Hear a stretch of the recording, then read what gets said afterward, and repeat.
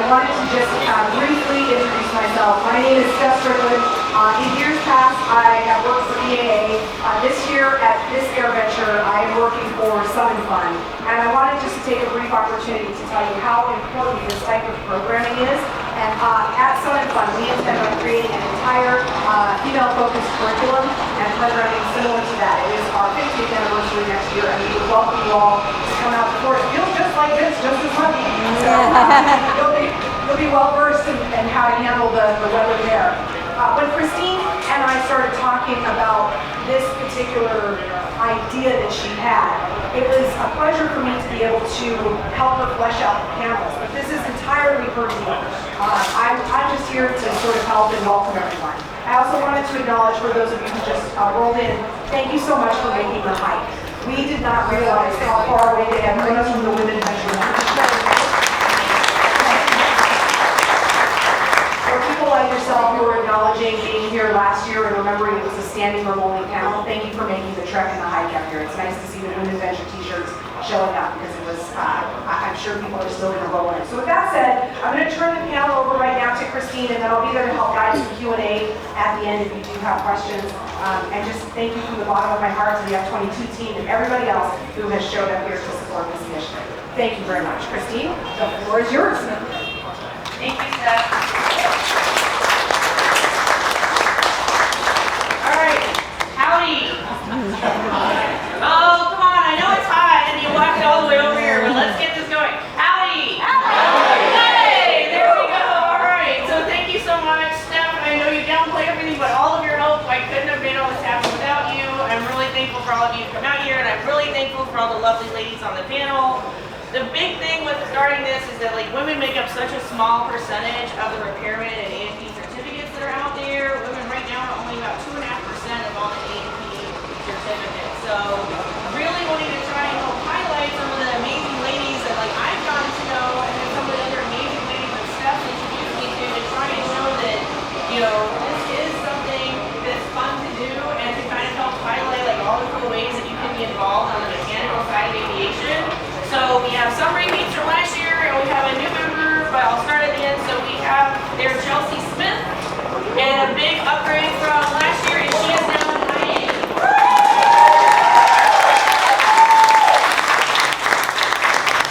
We have Alaina Lewis with Culver Props, who is now in ATL.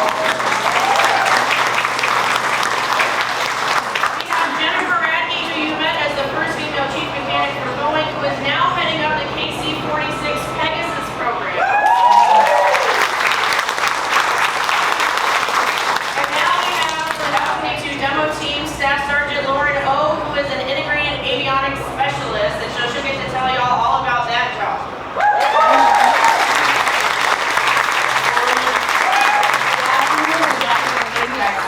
So I am Staff Sergeant Lauren Ooghe. I'm with the F-22 demonstration team. My role on the team, I'm an avionics technician on the jet. This is my third year on the demo team, and I just love coming out to events like this. This is so awesome to be able to do some outreach and talk to you guys. So with avionics, mainly I deal with communication, navigation systems, radar, wiring, flight control surfaces, you name it. It's basically a flying computer. So that's us. I've been in the Air Force for about 5.5 years. I'm coming up to the end of my enlistment, but we'll see where life takes me after that. So thanks again for having me on this panel. I'm super excited. No, thank you so much for being part of it. I appreciate it. Chelsea, can you tell us a little bit about now what you get to do as an IA? Yeah, so the inspection authorization is not too much more work above the A&P license rating certificates, but it is a lot more responsibility. The only difference when it comes to signing stuff off is I can now sign off annual inspections, not just 100-hour or condition, and then I can also do and submit Form 337s for major repairs and alterations. And then Jennifer, you just got this new job, and it's a pretty big deal. So will you tell everybody about the awesome new plane that you're working on? Sure, of course.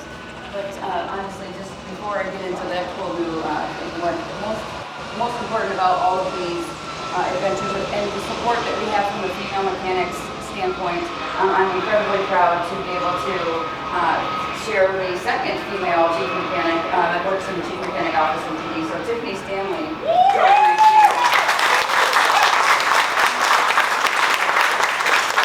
We also have one more female, so now we have a total of 3 females in the chief mechanic office in the Boeing company now. So in a very short amount of time, we have just incredibly increased our numbers.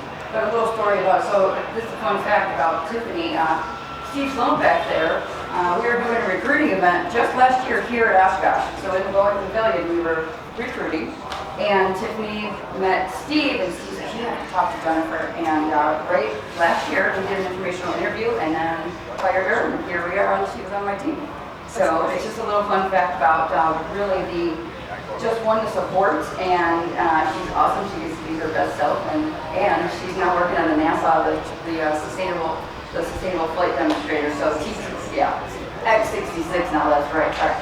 And as a mechanic, she worked on that particular aircraft that we are now reconfiguring. She worked on that aircraft as a mechanic in the logbook, and now she is a Boeing representative, making sure that we modify that with the design engineers for sustainable flight. So.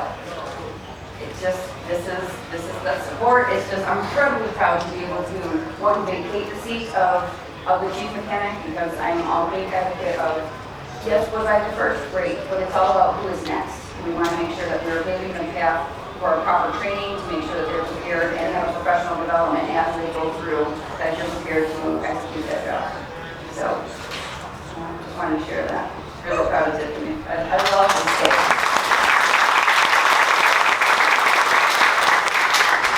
And then the AC-46 though, so this is going to be the new refueler for the Air Force? Correct. So we will be fueling the flight. My new role, and it goes to show that started off with an A&P license, and now here I am running an entire program for the Air Force as well as Italy and Japan. And so it all started with a understanding from a technical competence and understanding how the aircraft works, how it was designed, and then ultimately how are we going to retrofit it, and how are the mechanics, one, going to retrofit it, and ultimately making sure that it's maintained and appropriate and running for the customers and safe for our troops that are needing that gas anywhere they're at.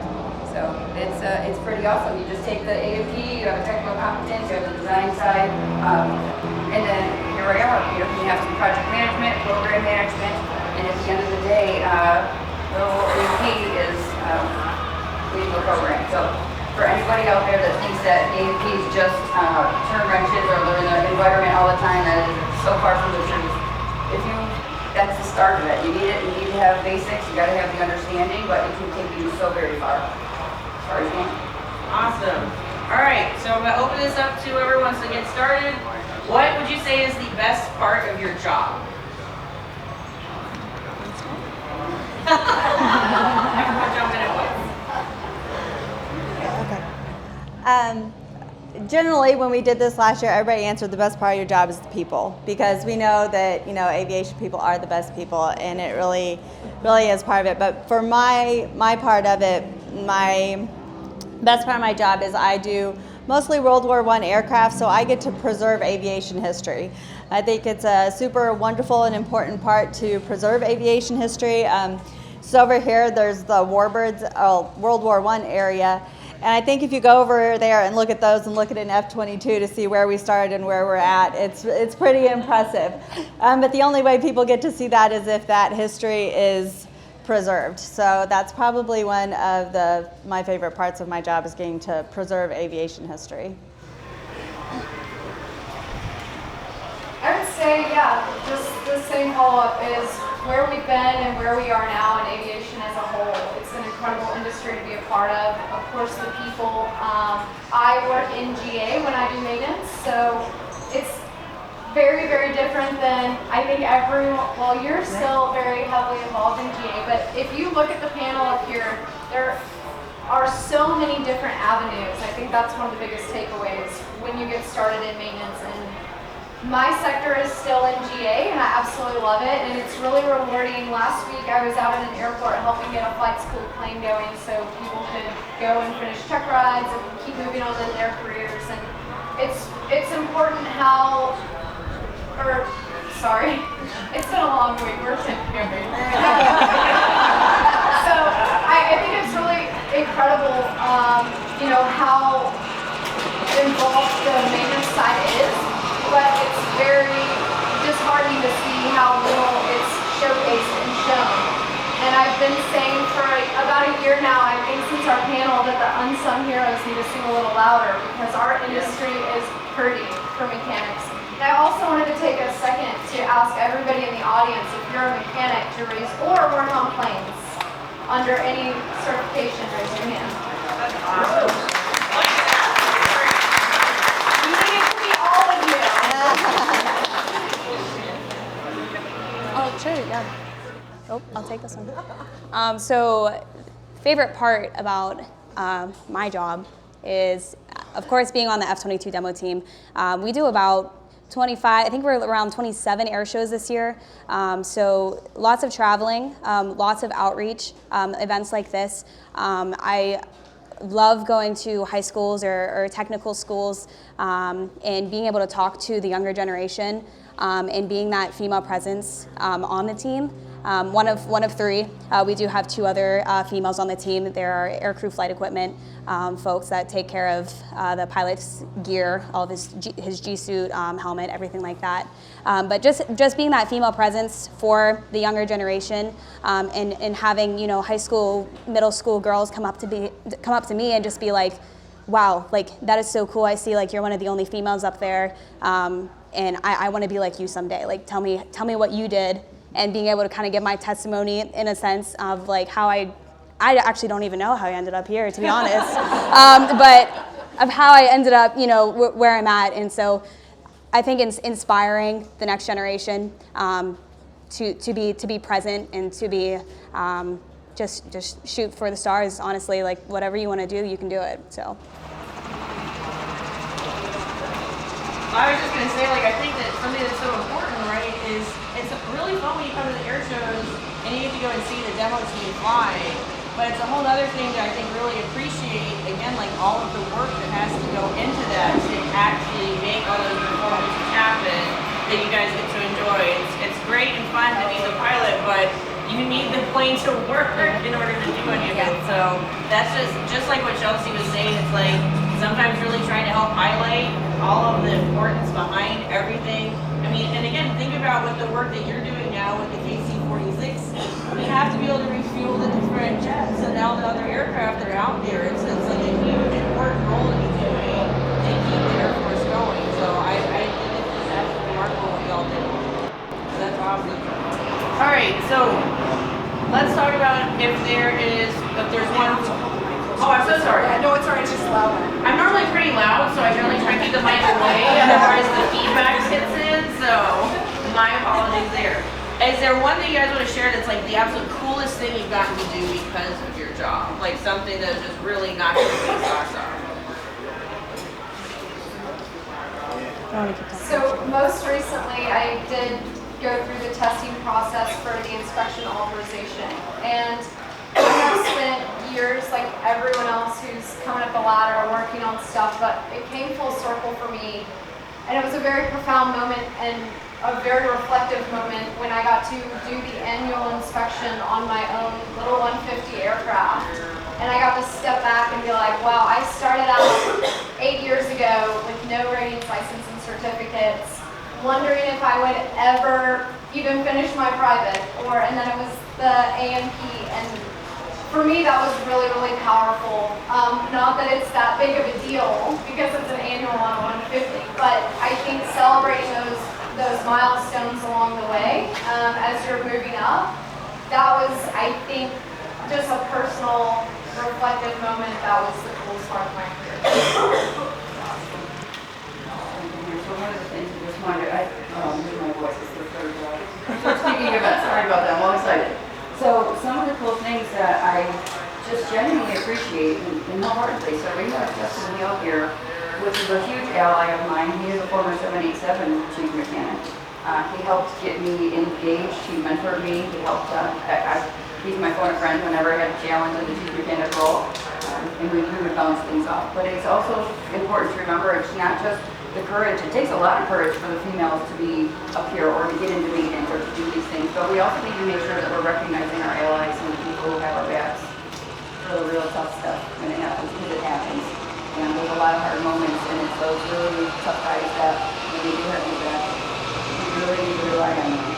And I have never been more privileged to, have you sit in a seat after so I've now joined the alumni of the Chief Mechanics, and I'm just more proud to have, my mentor and the alumni, and then the next generation of Chief Mechanics while I'm sitting up here. So this right now is a great opportunity. I'm incredibly proud and thankful that you're supporting me on the stage, and really they deserve the alignment. Well, we appreciate you taking the time to come out here and be up on the stage to now be doing the supporting for everybody else out here who's interested in being into it. So, all right. I don't know how many people out here know about it, but I think we're going to definitely have a chance for Chelsea and also then with Lauren and with Jennifer to talk about, what are the opportunities then for any women that are looking to come out there, because there is a bit of a problem, right? Across, not just the general, but the Air Force and everything as well, with maintenance and having the people to do it. Yep. So for the Air Force, at least, the route I took was I enlisted. So I did a semester of college right out of high school. I was like, nah, this isn't for me right now. And a good friend of mine had just graduated basic training with the Air Force, and I went down to Lackland Air Force Base in San Antonio to watch her graduate, and I was like, I think I could do this. I think I could have, structure in your life. And also the Air Force just it teaches you everything for free. You are getting paid to get hands-on experience, and never in a million years would I have thought that I would be where I'm at right now. So joining the Air Force is the best decision I've ever made. Definitely gave me a purpose, and just that hands-on experience that can also be used in the outside world. It doesn't matter if you're a career airman or if you want to just do one enlistment, get out, get that hands-on experience. Air Force is also very good to go after a degree if that's what you want to do. If you want to go to college, finish up your degree, they do tuition assistance, your GI Bill. So it's a really good gig. And then for the women's aspect of it, in maintenance, we are undermanned, and we definitely, it's always nice being able to work with women on the job. Not that men are not it, but it's really nice just having, women presence, and being able to relate in that aspect of it. So. I missed the coolest thing, so I'm going to do two things here, okay? Coolest thing is I got to make a prop for a replica fighter that reenacted the 100-year anniversary of when they flew across the English Channel. So they built the plane themselves and then flew it across the English Channel with one of my props on. Now, actually, Pascal's here. Hi, Pascal. And he is a big advocate of aviation history, and so that was one of the coolest things we did, was to get to be a part of that. And so I wanted to point that out. And he's here all the way from Luxembourg, so I think that's pretty cool too. Then I got to, earlier this year, AA asked me to put on a 1-hour workshop for the Girls in Aviation Day. And they did it Monday and Tuesday over at the museum. And I couldn't find how to get in. I'm like, how do I get in? And then I looked around, and there was this huge group of girls, and they're shooting off rockets that they made to see which one went the furthest, to see which team won. And I looked at that, and I was like, oh my gosh, this is amazing. So when we talk about, they're coming, the girls are coming, they're working on it. These were all high school girls, and they were building their own rockets, and they were shooting them and having this competition. And then I went in and I had my workshop, and my job was to teach them how to make little propellers. So they gave us little propellers, and my dad made little crush plates and little fender washers. He drilled little crush plates in, so we had, the whole thing. And I had 11 girls in my group, and every single one of them knew how to use a drill. every single one. Not just use a drill, they used it well, because I was holding that tiny little fender washer, and I'm like, girls, please don't get my finger.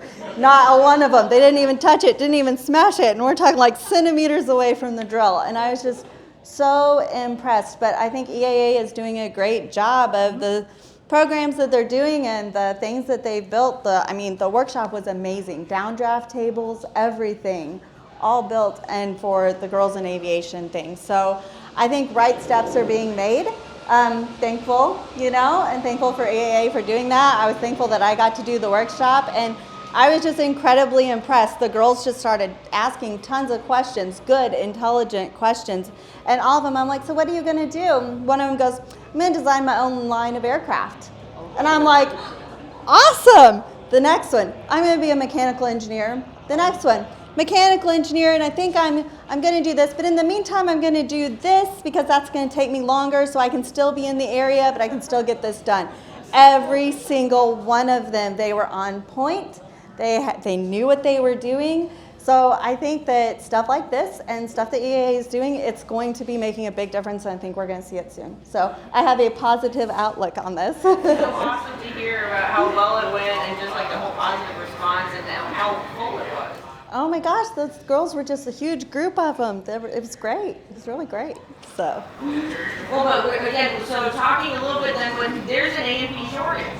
And so those of y'all that did like GA, but having talked to the ladies up here, and Lauren talked a little bit about it with even in the Air Force, it's not, Jennifer's aware of it, Chelsea's aware of it, Lauren's aware of it. It's across the board with having the people out there who can do this. So women aside, it's a really interesting opportunity. So if there's anything you guys want to share about programs or scholarships or anything for those who might be interested in getting into it. Yeah, so whenever I was in A&P school, I was the only girl in my class, and at one point I was the only girl in the whole building. And of course, I just kept my head down, ignored that fact. I had a great experience. I did not have a bad experience, even though I was the only girl in A&P school. But I didn't want any attention ever for being a girl. I just wanted to be a good mechanic and work as hard as I could, and that's what I really focused on. But I will tell you that I remember the day when I met my first girl mechanic. And that was when I realized how important this stuff is and how important it is to show up to these type of events, to be involved with these type of events. I'm still good friends with her. I chat with her all the time. But it was with a group called AWAM. So it's AWAN, Association for Women in Aviation Maintenance. And if there's anyone, and they do scholarships for girls and guys. It's really sad. I was a part of the scholarship committee a few years ago, and we had scholarships that went ungiven because people didn't apply. So that organization gave me a lot of opportunities, but it also gave me a network of people to become friends with, and a lot of women that were involved with it, and I had never met another lady mechanic. I was a year and a half into my program. So that was really powerful. I encourage anyone who's interested in seeking either scholarship financially or extra training, advanced training programs. They offer everything and a huge networking opportunity across the board. And when it comes to maintenance opportunities in general, if you have an A&P ticket, anywhere you go, you will be offered a job, and I'm not kidding. The shortage is here, and it's real. I heard a statistic the other day that 50% of the people in the airlines are going to retire, like mechanics and pilots, are going to retire within the next 50 months, 50%. That is scary. And I think it's going to hurt GA the worst, because I think the GA mechanics are going to start being absorbed by the airlines. And the GA industry is already hurting, the airline industry is hurting. We're going to feel it across the board. We're going to feel it when we try to take our vacation flights. And we're going to feel it while we're trying to go through flight training. And, it's going to be interesting to see how this all pans out. What the FAA wants to do about certification, if they want to start branching into specialized certification, not doing the full A&P. I don't know, I've heard rumors that talks like that are on the table. But something has to be done, and soon, with when it comes to finding more mechanics in the industry and people to support it? So they add to that and what you're just mentioning. So our first organization is ATAC, so it's the Aviation Technical Education Council. We will be doing a fly-in in DC here next month. And what it is really to support, one is thank you to the FAA. They did just launch, I think, a significant amount of money available for programs. And what the fly-in is going to be about is, one, looking at the curriculum and making sure that we have the appropriate platforms as well as the appropriate need for what they're learning. And so they're reassessing. They're also reassessing the type when you get ready to, like for Christine, you're going to have some hours that can now be put towards your A&P instead of, it's now counted. And so we're trying to create more embracement and opportunities for people to absorb that. So that, and then also AOPA, we have a program that we're supporting to get into high schools. And so what we're very much focusing on the younger generation, teaching the basics, and quite frankly, there's a significant amount of A&P schools or high schools out there now that are offering the kids to go through the program and then they graduate with an airframe and power plant. So they come right out of the gate with they graduate with a diploma and an A&P. And so the Boeing company is really focusing on those schools, making sure they're going through, vetting them to make sure their appropriate curriculums are in line with what we need. And quite frankly, if you think about it, airlines also need mechanics, and Boeing company has a major shortage. So we just published our report to show the facts and data that's available to the world now. And it's not looking good. And we just are placing all these significantly large orders. We need mechanics to build our airplanes.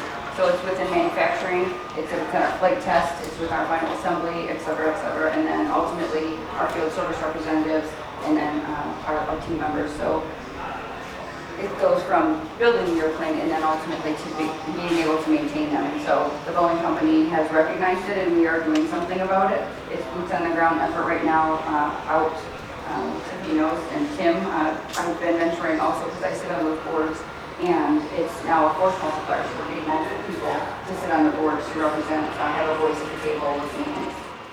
Well, and Jennifer touched on it during just a second. I mean, as you guys know, I'm the hobbyist on the panel, so this is not something that I do as a career, but as an experimental builder, there was an interpretation letter that went out from the FAA this month talking about how they're now going to start looking at having your experimental build time be able to then count towards like your A&P.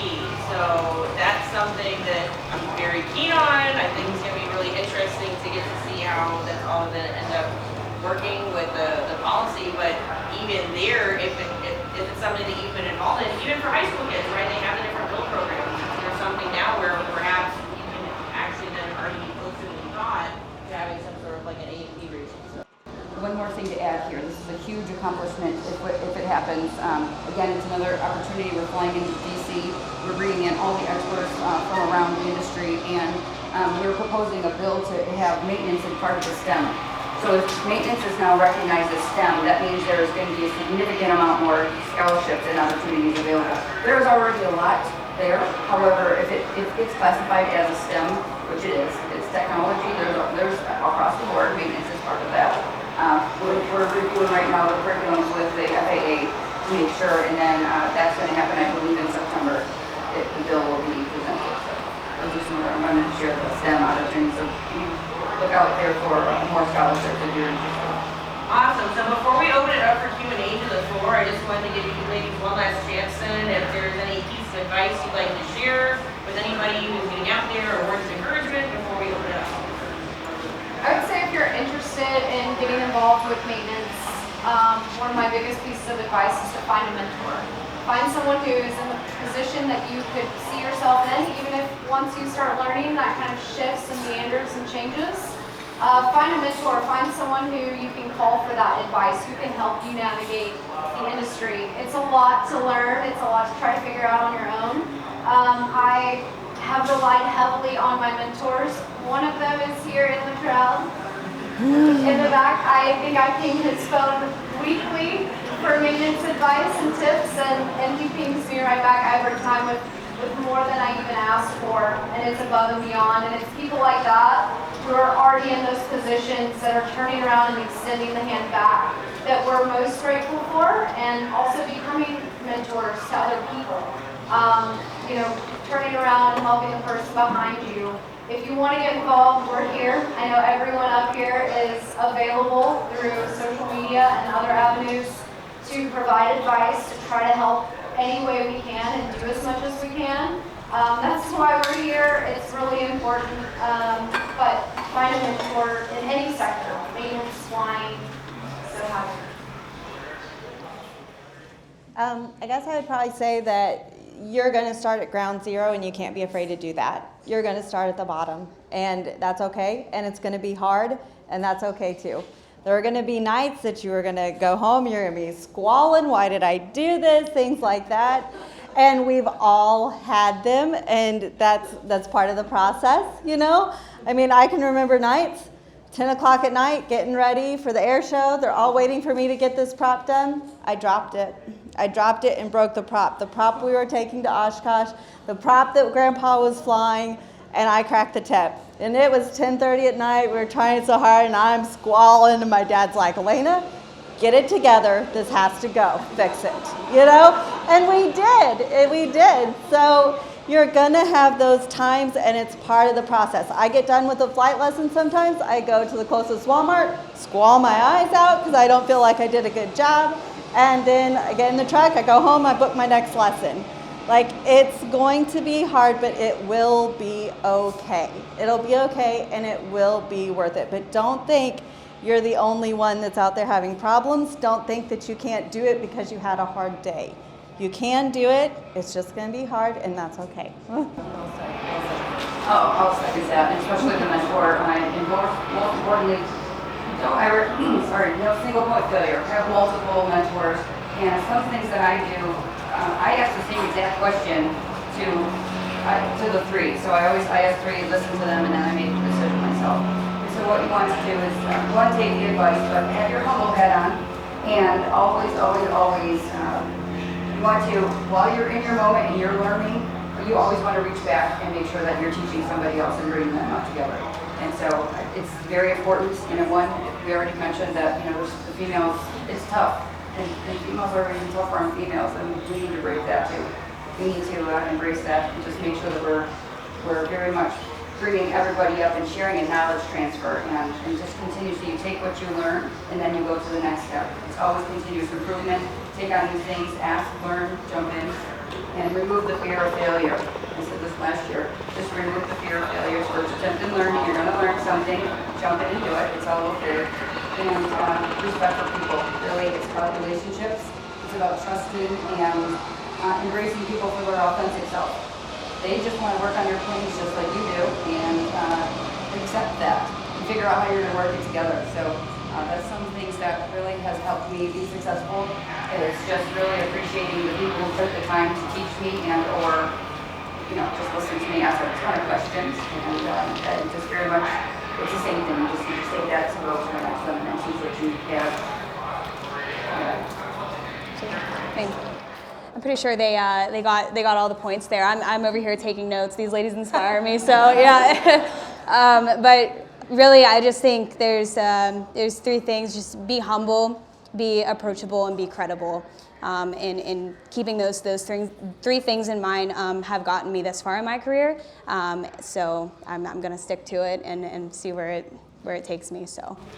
I got some really good advice actually just yesterday talking to Big Syracuse. Any of you who are home builders, I know who that is.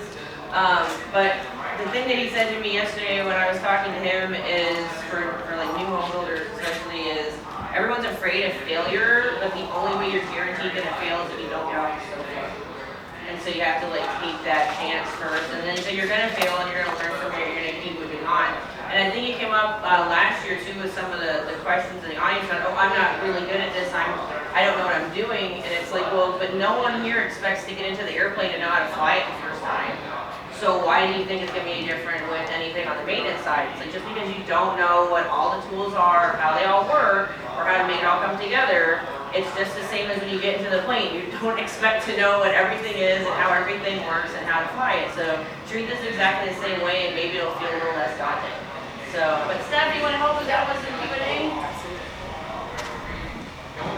As you can tell, we have tethered microphones, so it makes it a little bit challenging. I'll encourage you guys to ask your question loudly, and then I'll relay it back if it gets hard to hear. I have a question first, and then please, if you raise your hand so I can just make sure I know which direction I'm going. I want to talk about the power of social media. A lot of folks here have either very large audiences, or they have very targeted audiences where people are seeing something for the first time. Can you talk about what it means to be a woman in the space? I'll never forget the first picture I saw of you, Chelsea. This is what made me think of it.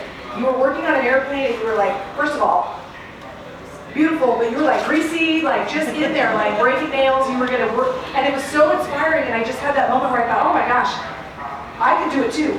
Now, talk about the power of social media, and certainly when the demo team includes you and those, and your YouTube channel, that type of work that you guys are doing. How impactful has that been from your perspective? So when I came here for the first time in 2016, I had no license rating certificates.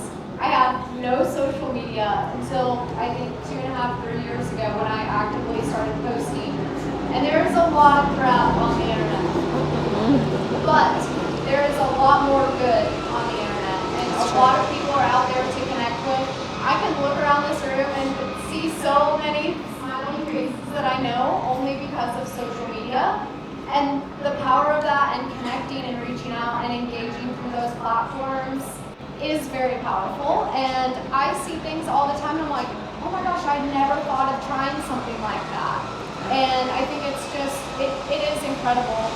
And I have men, women, young ladies, young guys reach out all the time and they're like, this is where I live, do you know of an A&P program near me? Or how do I get involved? How do I do some of the stuff that you do? And you know, the power of social media, I don't think I would be where I am now in a lot of ways and a lot of opportunities, or even sitting up here. I think I met almost all of you actually through social media. So it can be difficult to put yourself out there. You can post as little or as much as you want. It's, you know, whatever you want to do with it, make it your own and make it genuine, but just make sure it makes you happy. But if you're scared about putting yourself out there, don't be, because a lot of good relationships can come from it. For the demo team, actually, I'll do a little shout out here. Our public affairs official, Sergeant Mike Bowman. He is, yes, so he is our public affairs. He takes all of those cool pictures you see posted on Facebook and Instagram and all that. And he does a really good job of capturing us if the jet breaks, doing maintenance, and us getting, you know, down into the dirt, getting dirty. And he does an awesome job. And also engaging in our audience on especially Instagram.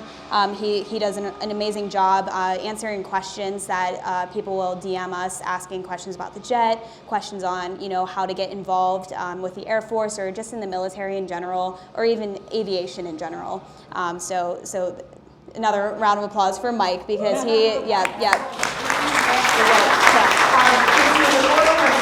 I just want to make mention of one thing. The demo team is actually larger than they show up. So they sort of swap people in and out. And when I approached the team and said, hey, I'd like to know if Lauren or some of the other women on the team could be a part of this experience, they rearranged the schedule so that she could be here because this programming is important. So thank you to the team for making that transition work.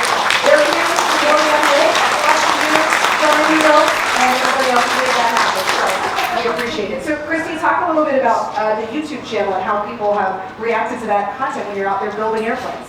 Instead of getting permission, you know, that whole, tell that story. I think that, I mean, the biggest thing for me was starting it when I recorded the first video in my dining room, was talking about how I just got really tired about seeing all the stuff about wives tolerating the build and how to trick your wife into letting you spend more money on the build. And I'm sitting here going I'm teaching my husband how to use some of these tools here in the garage. So, so there's that. Let me put that out there. But I think it was really great at one of the band's parties here earlier at the beginning of the week to hear about, really to see how many other women have tried just because of seeing it on the channel. And maybe that it just feels a little more approachable, maybe it's a little less daunting, but it's like Chelsea said, I mean, I met Chelsea through social, and I met Alaina through social, and I've met Morgan, and I've met Amy, and I just met Jeannie, who was out here somewhere, who's another builder, and it's just, there's some, ugliness, but there's a lot more positive, and I think, and then it's the people who you meet and then you can connect with, and I will try to help wherever I can. I mean, I've literally had people call and say, hey, like, my wife's really scared, my daughter's really scared about trying this, and I've spent an hour on the phone. And one of the women was a surgeon. And I was like, you are way cooler than I am, why are we talking? Like, why on earth are you afraid of this? Like, we could do this. So, I think we're all really approachable as part of it, and I think it's really nice that if any of us can try to help encourage or make it seem less scary or less out of reach, I think that's really the end goal. So. Yeah, inspiring is the case, yeah. And I think, Christina and Chelsea both do a good job of actually adding like real, honest to goodness A&P value. Your posts are very educational and they're very helpful. And when you read it, you're like, oh, I get it now. Like, and that makes a difference to read it and to get it. And thankfully she takes the time to do that. And that makes a difference. It adds a lot of value. So I think that's, and knowing how to pop rivets and stuff, you can learn that by watching these girls. And I think that's one of the best things is they're educational, they're teaching people. So I think that's great. Questions out in the audience? Remember, you just have to speak up or I will relay if I can. Does anyone have any questions? Yes, you. Let's hear it. Yeah, I was actually just wondering if y'all know folks who done a career transition into the mechanical side, like 30, at 40, at 50, what avenues there might be there? So most recently I heard of an A&P program. It's actually in San Marcos, Texas, but I think that they're starting to pop up more and more. And where I'm from in Kentucky, I was talking to the program director recently. They're starting to really crunch the time it takes to get an A&P down. For better or for worse in a lot of ways. It is a license to learn. But they have 12-month programs now, which absolutely blows my mind. My program was 2.5 years with summers off. I chose to intern during those summers to get that hands-on experience. When we say starting at ground zero, I was learning the names of my tools as I was pulling them out of the bag with our task sheet to go work on airplanes for the first time. Being a clean slate can be a very good thing, having no base, no foundation. You don't have bad habits yet. But when it comes to doing a career transition, if it's something that you love and you're passionate about, I think you'll make it work. If you want to go after that and the program is coming down to a year now, I think it's going to be a lot more manageable because doing a 2.5-year program on something like that, it's a huge time commitment. And it was not just 2.5 years with a couple of classes. It was 12-hour, 8-hour days, 4 days a week.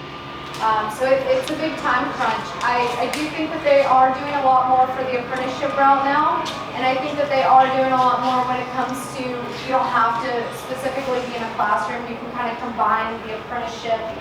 Like if you have experience building, and especially under AP as the old legislation used to read, if you have that experience in any way, they're trying to help people pick pieces and pull them together to shorten that. But at any age, I was just at an IA seminar in Dallas, Texas, and there was a guy, everyone in the room was talking about retiring, and he was 91 and said he was not planning on retiring. So I think any age, go for it if you're interested. I'd love to talk to you after. I do have a friend, Rodrigo, out in California, whose wife, with an 18-year-old daughter, she's been helping with their build on their RV-10, and she is just now starting her AP. So, I mean, there are the folks out there doing it. It doesn't have to be that, oh, I started right out of high school, or oh, I went and, had to be 20 years old and now I've hit the limit, It's like, she got an 18-year-old and she's out there getting started in it now. So, if it's something you want to do, go do it. There's lots of opportunities right now. Yeah. So you all highlighted how important allies and mentors were to you. Hopefully, none of us who might be in that situation are making the mistake of slamming the door at an ally organization. Far short of that, how can we help highlight how open that door is and help, take away that fear or that risk even taking that first step? So you give a lot of advice to women who might be willing to take that first step, but how do we make that less scary? Well, what worked for you? Right? Keeping the door open. Nobody was there, so I did it. I'm gonna put it out there. So, I think that we're lucky to have the women friends we have, but I think we all talked a little bit about too last year how lucky we were with like our families, with our fathers, with our friends. Even I have so many other builder friends who are guys, and you know, you learn to shut out the people who are being negative. So I think that what you can do is just, you know, be supportive and just, you know, be open to trying to be that helping hand. Kind of like Jennifer touched on it. It doesn't have to be, you know, the other woman who helps you up. It can be the other guy who just treat us like equals and like, you know, we belong and not like we're special. And then I think that's a lot of it. I think also something that's not highlighted enough, we all talk about how important our mentors are, but it is even more important to be a good mentee, to be the one to also initiate those relationships. People aren't just going to pop up and say, here, let me take your hand and show you how to climb this ladder. You have to put in the work with them. You have to build that relationship and show up for them equally. It can be a learning experience in both directions, but you have to start showing up to find the mentors also. Volunteer at events. We just here at Oshkosh. You know it's not the F-22 because the double pilot's right there. He's strong and fast, But I'd just like to say thank you for even asking that. I mean, even that in itself is a really big thing. So just if you see somebody, just say, hey, did you have, I mean, for me, I'm like, hey, do you have any questions? Do you have anything I can help you with? If you see a girl at the airport or something like that, hey, what can I help you with? What did you want to see? Do you have any questions? That kind of stuff. I mean, I'll be standing there, I'm like, hey, can I watch you change the oil? Like when I had a flight lesson, he's like, oh yeah, come on over, let me do this. And it makes you feel so, you know, welcomed and involved. And I had someone tell me, well, you know, that EAA chapter you're in, you know, don't let those guys run you off. And my EA chapter is not like that. I walked in, they're like, Alaina! And it's great. They are so welcoming, and they are just welcoming. And hey, they're taking a flight to Gassens. Do you want to ride with me? Do you want to, you know, that kind of stuff really makes a difference, makes you feel included, makes you feel like you're part of the group. So that always inviting and asking if anybody has any questions, asking how you can help. If you see somebody like that, makes a big difference. It makes you feel included. It makes you feel like you're supposed to be there. If someone, you know, just comes up and starts talking to you. Before I come to Jennifer, but Alaina touched on this, it's also what you do when the women aren't in the room with you. And the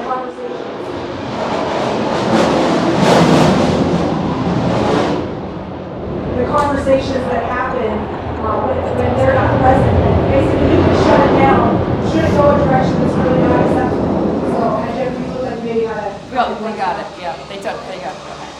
Yes, question. I want to add on to that because it also takes a very, very strong woman with a fire in her to be able to cross that threshold because you have to exceed what the minimum is. You can't just slide by. So I commend all of you. It's wonderful. I'm one of those women. But also then my question is, I agree with the mentee idea, but do any of you have plans at a school to do that?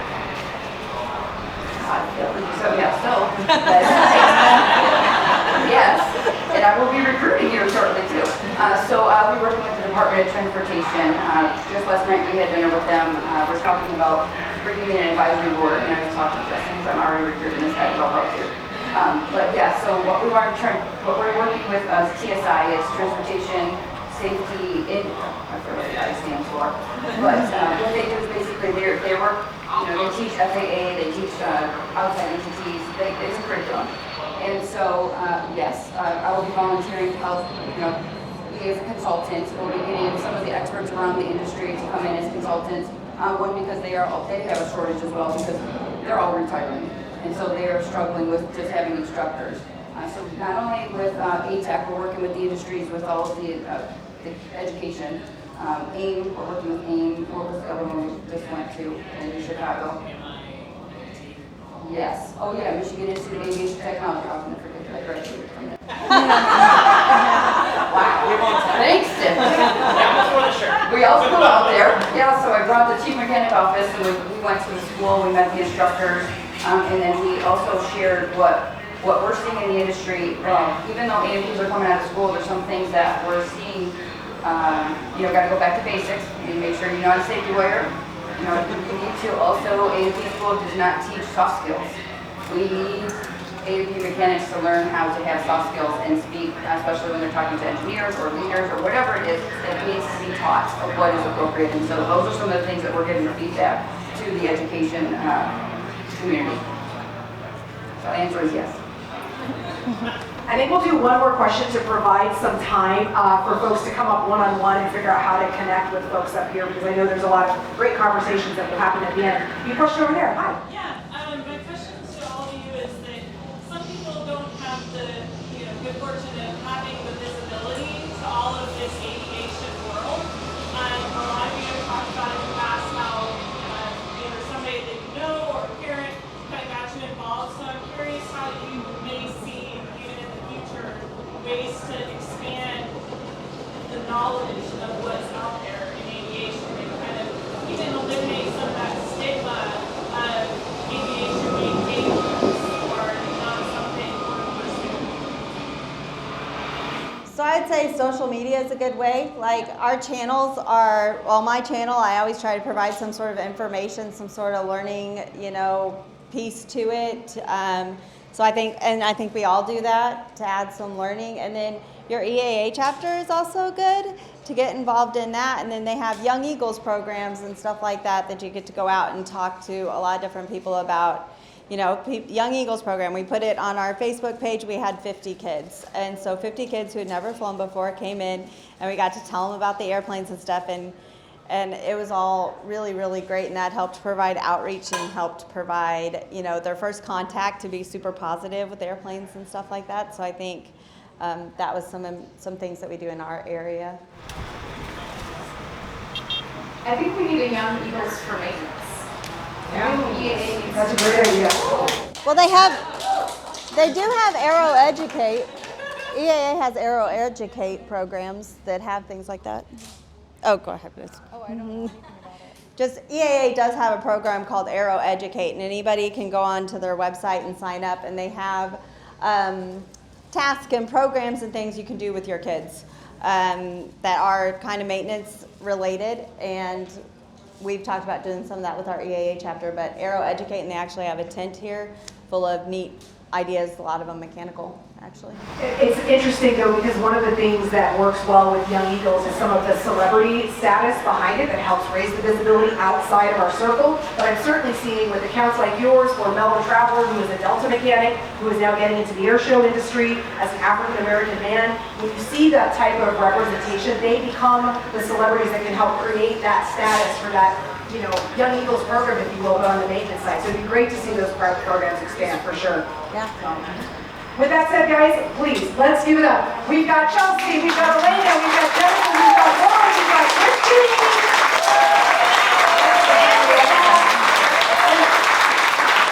Come on up, you guys. Get the questions answered. We've got the room for 15 more minutes, and thank you for showing up. Thank you.